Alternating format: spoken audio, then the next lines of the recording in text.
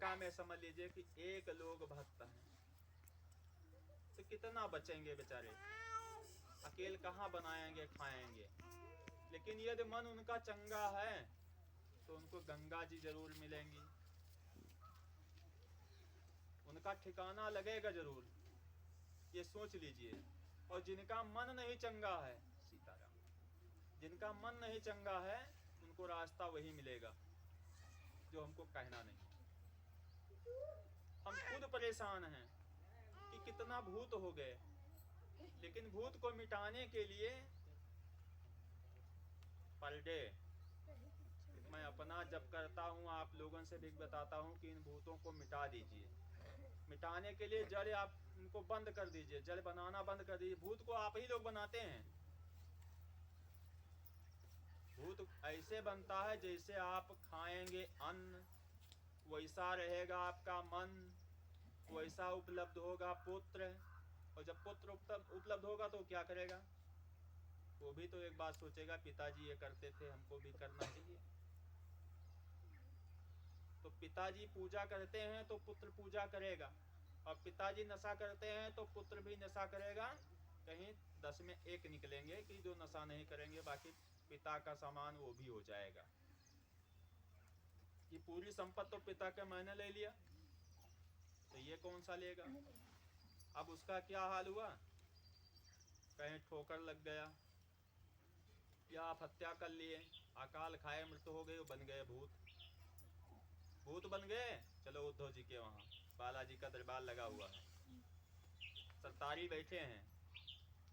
तो ऐसा क्रम मत करिए कि आगे आने वाले भविष्य को ऐसे बना लीजिए कि जो भूत न होने पाए, सीधे परमात्मा परम लोक को जाएं।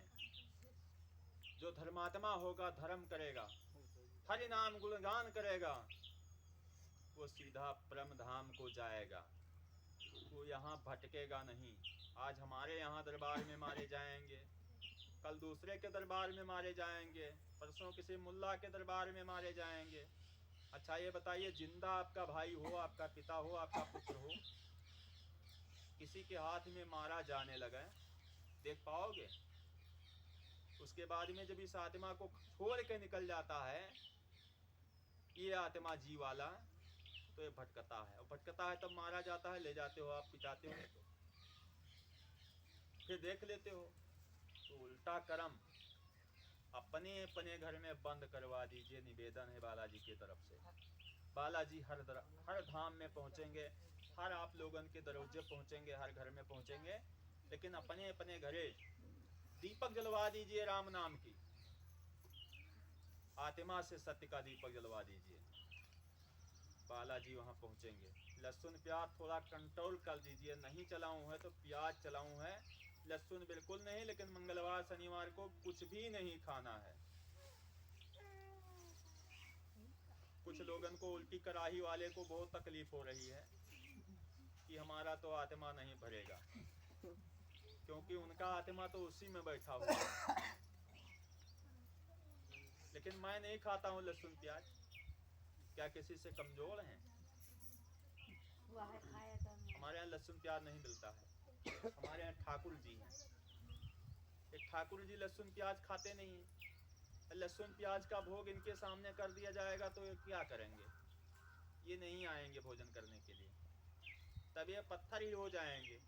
अगर इनके लिए व्यवस्था सही होगा तब ये मनुष्य बन के भोजन कर लेंगे, कोई देख नहीं पाएगा। इसलिए निवेदन है कि बहुत होश से, जिसे ठाकुर जी को बैठाए हैं घर में, गोपाल जी को बैठाए हैं और लहसुन प्याज बना के भोग लगाते हैं तो वो नहीं पान करते। और ये लहसुन प्याज छोड़ दीजिए, भोजन बनाते हैं और नहीं भोग लगाते हैं, तब भी पाप है। इसलिए हर घर में जब सुधार होगा तो सृष्टि का कल्याण होगा। बोलिए सच्चे दरबार की जय।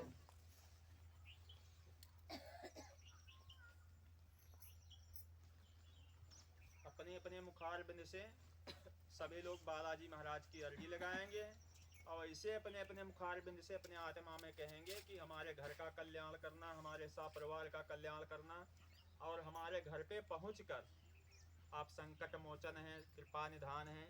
हम सबके परिवार के संकट को हल लेना, आपके बिना कोई नहीं है दूजा। ऐसे आप लोग आत्मा में करके और